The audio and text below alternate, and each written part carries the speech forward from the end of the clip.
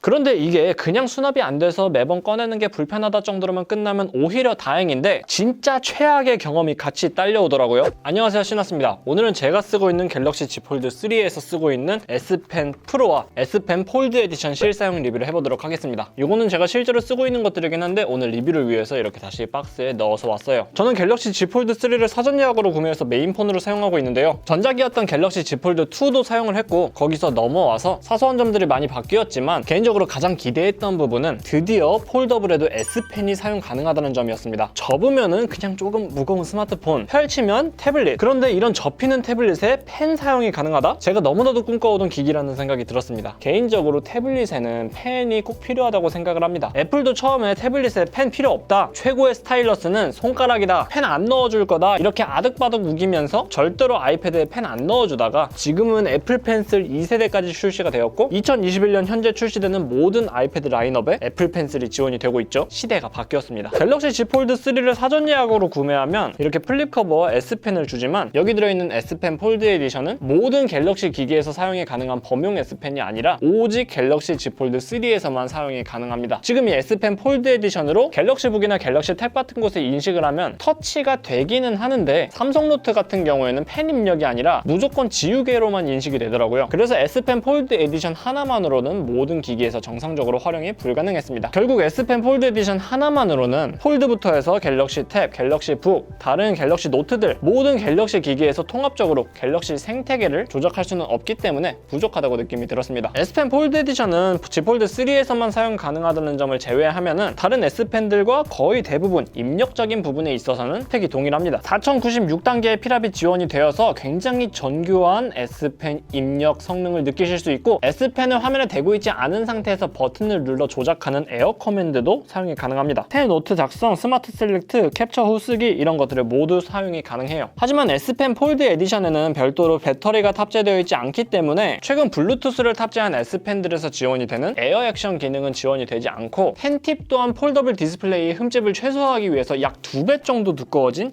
1.5mm입니다. 저는 개인적으로 펜팁이 두꺼워져도 딱히 큰 불편은 못 느꼈었는데 커뮤니티에서는 이거 가지고도 뭐라 하는 사람들이 되게 많더라고요. 아무튼 S펜 폴드 에디션은 정말 기본적인 스타일러스 그 자체라는 느낌이 들었습니다. 본체 내부에 수납이 불가능하기 때문에 플립 커버와 함께 보관을 해야 되는데 이 플립 커버의 완성도가 그리 호평을 받고 있지는 못하죠. 이거는 약간 개인적인 팁인데 지금 제 케이스가 삼성 정품 실리콘 케이스거든요. 폴드 3 플립 커버가 이렇게 뒷부분만 넣는 방식인데 실리콘 케이스의 앞부분은 그대로 두고 뒷부분만 따로 빼서 끼워주시면 생각보다 나쁘지 않아요. 그냥 플립 커버만 꼈을 때보다 훨씬 더 뭐라고 하지? 착용감이 더 좋은 것 같습니다. 스마트폰을 닫는 것도 딱히 크게 문제가 되지도 않고요. 뭔가 좀 더 밸런스가 잘 잡혀져 있는 느낌? 물론 애초에 잘 내줬으면 이렇게 할 필요도 없겠지만 이렇게 플립 커버를 장착하고 S펜을 수납할 수 있는데 솔직히 이거 이뻐 보이시나요 지금? 너무 구려 보이더라고요 저는. 어때요? 이뻐 보여요 이거? 저는 잘 모르겠습니다 진짜로. S펜을 항상 들고 다니면서 쓰고 싶은 마음은 있지만 무게는 물론이고 폰 자체가 너무 두꺼워지고 결정적으로 또 너무 못생겨져가지고 저는 항상 들고 다니는 스마트 기기는 디자인이 마음에 들어야 된다라고 생각을 하는데 너무 못생기고 올드해 보이는 거예요.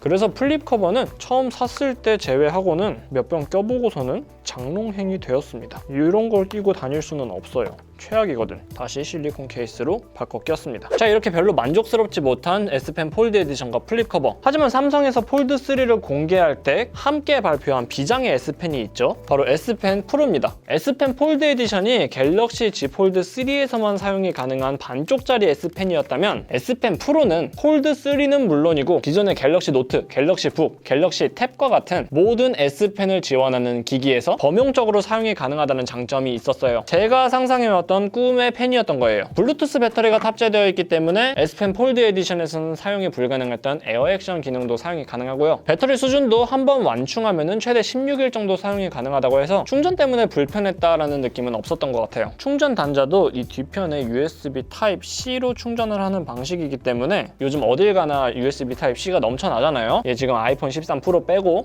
아이패드나 갤럭시 탭처럼 자동으로 충전하는 방식은 아니지만 딱히 불편하다라는 느낌도 못 받았습니다. 그리고 S펜 프로를 혹시 잃어버려서 못 찾고 있을 때에도 삼성 스마트띵스를 통해서 바로 위치 정보를 확인할 수 있기도 하고, 이 가죽 모양의 케이스, 호불호가 갈리는 것 같긴 하지만 저는 개인적으로 이거 이쁘다고 생각을 하거든요. 그런데 약 한 달 정도 S펜 프로를 사용하다 보니까 결국은 이런 장점보다는 아쉬운 점들이 더 많이 느껴지기 시작했습니다. 가장 첫 번째로 불편했던 점은 역시나 수납이 불가능하다는 점이었어요. 그런데 이게 그냥 수납이 안 돼서 매번 꺼내는 게 불편하다 정도로만 끝나면 오히려 다행인데, 진짜 최악의 경험이 같이 딸려오더라고요. 저는 다른 영상에서도 여러 번 말씀드린 적이 있지만 항상 가방에 S펜 프로를 넣고 다니는데, 이게 S펜 프로를 케이스에 넣은 상태에서도 이 버튼이 쉽게 눌리는 구조인가 봐요. 그래서 S펜 프로를 가방에 넣고서는 길을 걷다가 제가 의도치 않았지만 핸드폰이 막 자동으로 에어 액션 기능들이 발동을 해서 핸드폰 조정이 통제 불가능한 상황이 너무나도 많이 연출이 되었습니다. 그냥 폰 보면서 길 가다가 갑자기 스크린샷을 찍어, 갑자기 카메라가 켜져,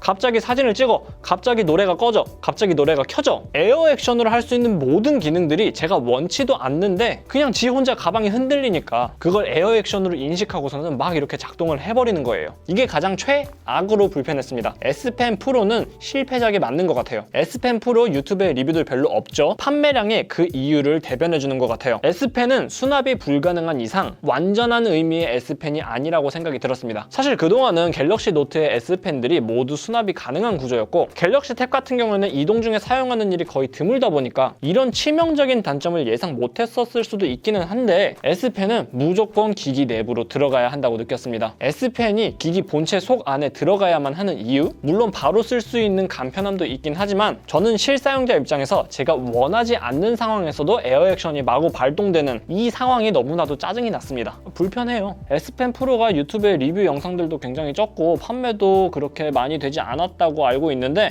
그 이유를 알 것 같습니다. S펜이 내부 수납이 되지 않는 이상 이런 S펜은 그냥 반쪽짜리라고 봐도 무방할 것 같아요. 두 번째로 불편했던 점, 어쨌든 태블릿의 관점에서 봤을 때 미니 태블릿이기 때문에 필기를 할 때 손바닥이 테이블에 닿는 경우가 있기도 하고 화면에 닿는 경우가 있기도 해요. 물론 펜 입력 시에 손바닥 터치를 방지하는 팜 리젝션 기능은 충실하게 들어있지만 이런 미니 태블릿 종류는 기기와 바닥이 덜컹거리면 더더욱 필기가 불편하다고 느낄 수밖에 없거든요. 지금 이거는 실리콘 케이스를 끼우고 있기 때문에 이 정도이지 그냥 생폰일 때는 훨씬 더 심합니다. 폴드3는 그 부분에 있어서 정말 불편했어요. 가뜩이나 케이스 끼면은 기기가 다른 태블릿들에 비해서 두꺼운 편인데 심지어 오른쪽 부분과 왼쪽의 단차 차이 때문에 굉장히 덜컹거립니다. 이게 삼성 디지털 프라자에서는 폴드3가 전시되어 있는 거 보시면은 카툭튀 때문에 덜컹거리지 말라고 뒤편에 음각을 새겨뒀거든요. 그런데 항상 우리가 그런 곳에서 필기를 하진 않잖아요. 그냥 굉장히 덜컹거리기 때문에 불편했습니다. 적어도 삼성 정품 케이스라면은 이쪽 부분에라도 높이감을 줘서 덜 덜컹거리게 해줬으면 어땠을까라는 생각도 했습니다. 이거 말 나온 김에 이거 다음 폴드4에서는 이쪽이 더 두꺼울 수밖에 없으니까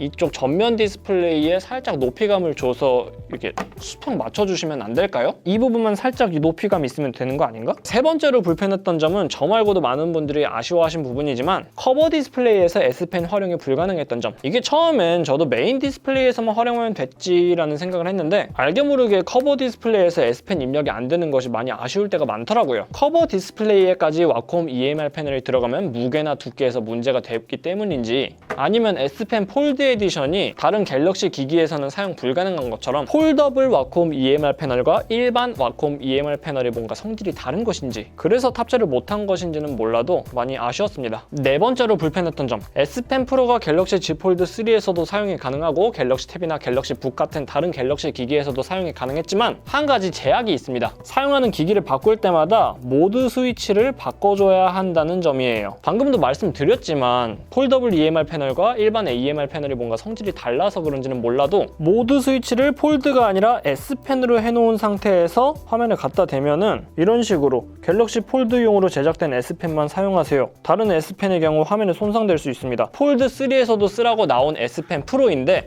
이런 식으로 하면은 손상이 될 수 있다고 하면서 사용을 못해요. 이제 이 모드 스위치를 Z 폴드로 옮긴 다음에 그 다음에서야 정상적으로 사용이 가능합니다. 기술적으로 제가 전공자는 아니기 때문에 이해가 되지 않는 부분이지만 아쉬울 수밖에 없는 부분입니다. 애플 같은 경우에는 이렇게 모드 스위치를 변경하는 것처럼 쿨하지 못하게 바꿔줘야 하는 상황이라면 완전히 통합이 되지 않는 이상 안 넣어줬을 것 같아요. 어쨌든 이 부분 굉장히 아쉽습니다. 알게 모르게 많이 불편하거든요. 자, 오늘은 이렇게 해서 제가 그렇게 꿈꿔왔던 폴더블 스마트 기기에 S펜을 사용했던 경험에 대해서 말씀을 드려봤습니다. 아무래도 긍정적인 평가는 폴더블에 S펜이 된다라는 점밖에는 없었고 실제로 사용을 해보면서 세세하게 불편했던 점들이 너무 많이 보였기 때문에 결국 삼성의 1세대는 1세대인가? 라는 아쉬움이 많이 남았던 것 같아요. 다음 세대에는 이런 아쉬운 부분들 잘 다듬고 출시해줬으면 하는 바람이 있습니다. 적어도 삼성은 어느 다른 회사처럼 이거 찍먹했다가 버리고 저거 찍먹했다가 드랍하고 그러다가 스마트폰 사업 전체를 드랍해버리는 그런 모습은 잘 안 보여져 왔었기 때문에 이번에 아쉬웠던 폴더블 S펜도 다음 세대 때 개선을 해주리라고 믿고 있습니다. 삼성은 누가 뭐니 해도 2세대가 찐이잖아요. 영상이 도움이 되셨다면 좋아요, 구독, 알람 설정 부탁드립니다. 여러분들의 좋아요, 구독이 제 다음 컨텐츠 제작에 큰 힘이 됩니다. 시청해주셔서 감사합니다. 지금까지